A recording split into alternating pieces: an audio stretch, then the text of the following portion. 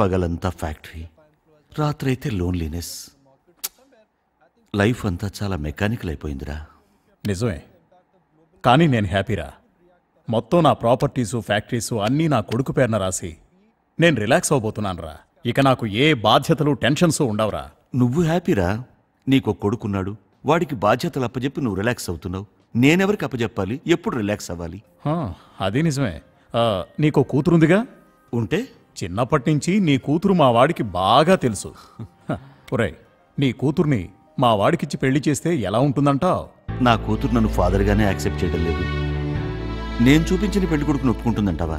అదే నిజమే.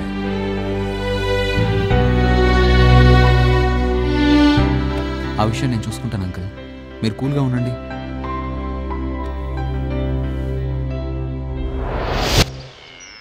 ఏంట్రా ఇందాక నుంచి చూస్తున్నాను, పెద్దవాడిని, నువ్వు నేను చెప్పినట్టు వినాల్సిందే. సర్లే, నేను చిన్నవాడినైనా ఏది మంచో ఏది చెడో నాకు బాగా తెలుసు. ప్రతిసారి నీ మాట వినాలంటే ఎలా? ఈసారి నువ్వు నా మాట వినాల్సింది అంతే. ఏంట్రా నీ మాట వినేది? నేను చెప్పినట్టు విని నోరు మూసుకుని. మా ఆయన ఎందుకు నోరు మూసుకుని ఉండాలి? అక్క, బావగారికి మీరేనా చెప్పండి.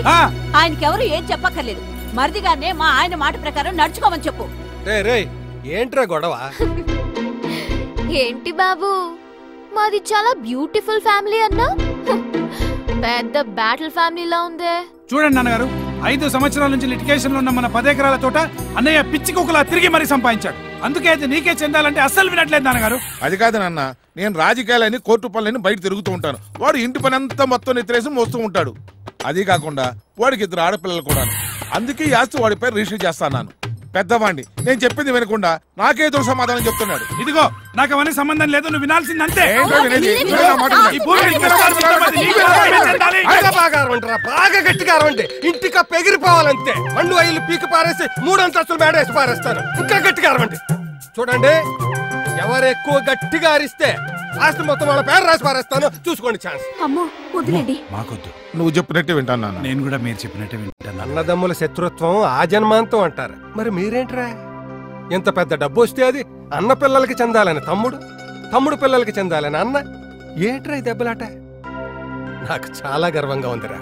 జీవితాంతం ఇలా ఉండండి చాలు. ఆస్తి ఎవరికి, డబ్బు ఎవరికి, తర్వాత చూద్దాం. అర్థమైందా వాళ్ళ వాదన? అది యుద్ధం కాదు, ఇండివిజువాలిటీ పేరుతో సొంత పిల్లల్ని దూరం చేసుకుంటున్న ఈ రోజుల్లో అన్నదమ్ముల పిల్లల్ని కూడా సొంత పిల్లల్లా ప్రేమిస్తారు మా వాళ్ళు. అందరినీ వద్దనుకొని ఇరుకిళ్ళల్లో ఉండే మోడర్న్ ఫ్యామిలీ కాదు మాది, మీనింగ్ఫుల్ ఫ్యామిలీ. కుటుంబం అనే పదానికి అర్థంలా ఉంటుంది.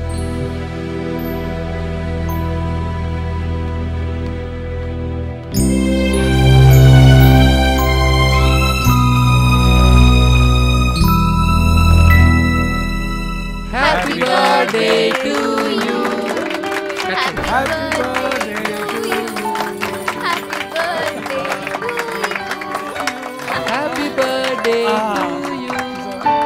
అంతా బానే ఉంది. కుర్రోడ్లో పుట్టినరోజు చేస్తారంటే ఏదో అనుకొని వచ్చాను. ఇంతేనా? ఎందుకురా అంత కంగారు? ముందు ఇల్లు అలకాలి, తర్వాత ముగ్గులేయాలి, తోరణాలు కట్టాలి, స్వాగతాలు పలకాలి, ఇంకా చాలా ఉందిరా. ఆ తర్వాత చూడు, ఇల్లలికి ముగ్గేశా, సిగ్గంతా ఒగ్గేశా, నా తలుకులతో తోరణాలు కట్టేశా, నా సొగసులతో స్వాగతాలు చెప్పేశా.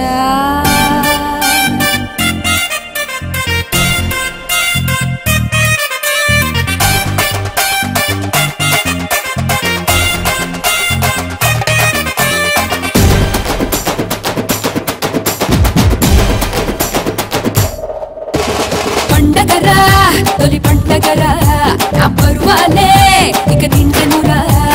పండగరా తొలి పండగరా, నా పరువాలే ఇక నిండెనురా.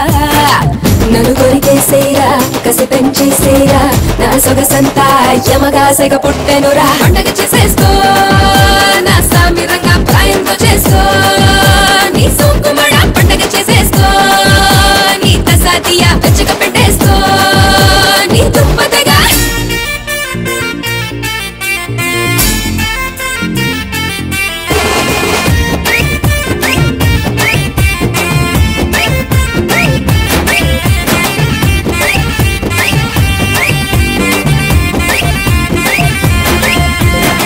గిల్లెవాడొద్దురా బుగ్గ గిల్లెవాడి ముద్దురా సబ్బు రాసేవాడొద్దురా సొక్కు రాసేవాడి చాలురా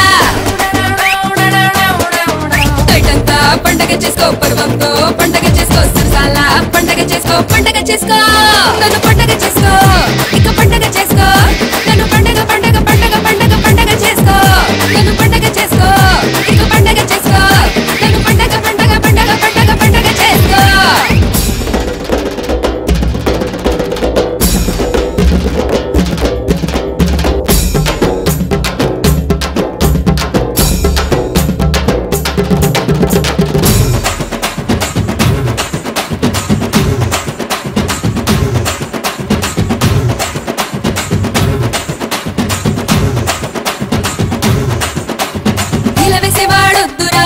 చేసేవాడే చాలురా కొంగులాగే టోడుతురా కుప్ప ముంచేవాడే కవలిరా కయ్యారం పండగ చేసుకో సింగారం పండగ చేసుకో ఒళ్ళంతా పండగ చేసుకో పండగ చేసుకో నన్ను పండగ చేసుకో ఇక పండగ చేసుకో నన్ను పండగ పండగ పండగ పండగ పండగ చేసుకో నన్ను పండగ చేసుకో ఇక పండగ చేసుకో నన్ను పండగ పండగ పండగ పండగ పండగ చేసుకో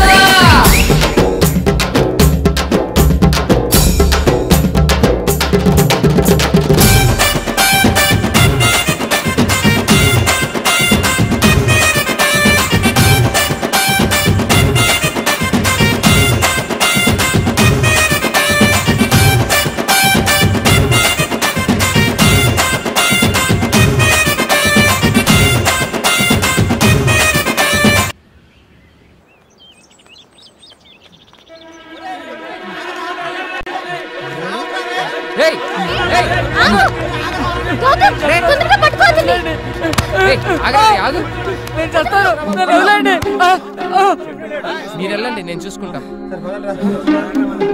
కూర్చో.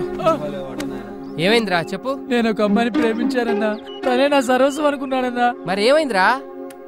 ఆ అమ్మాయిని పెళ్లి చేసుకుంటానని చెప్పానన్నా. తనేముంది? నన్ను కావాలనుకుంటుందన్నా. మరి మంచిదే కదా, ఎందుకు చేస్తున్నావు? నీకు అర్థం కాదు, నేను చచ్చిపోతానన్నా.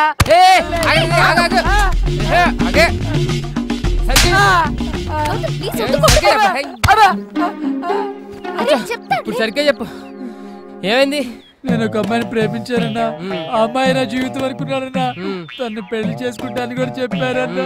మరి ఏమనిందిరా అమ్మాయి? ఆ అమ్మాయి నన్ను కావాలనుకుంటుందన్నా. ఏంట్రా హ్యాపీగా ఎందుకు సావాలనుకుంటున్నావు? నీకు అర్థం కాదు, నన్ను చచ్చిపోతానన్నా. సరే సరిగ్గా చెప్పు, ఏం చెప్పేస్తాం?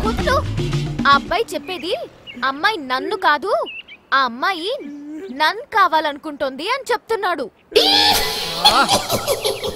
అరే పిచ్చోడా, నువ్వు ఒక అమ్మాయిని లవ్ చేసినప్పుడు ఆ అమ్మాయి లవ్ చేయలేదని చెప్పి నువ్వు చావడం, ఆ అమ్మాయిని చంపడం చేయకూడదురా.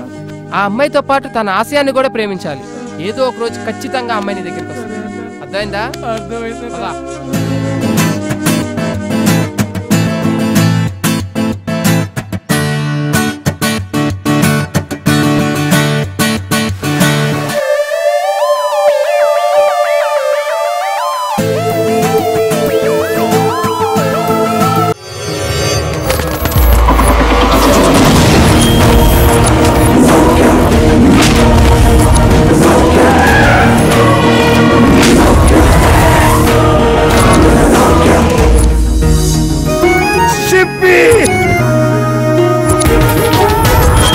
అందుకే నిన్ను చంపడానికి ఒక బక్రాగాడిని తయారు చేశాను రా.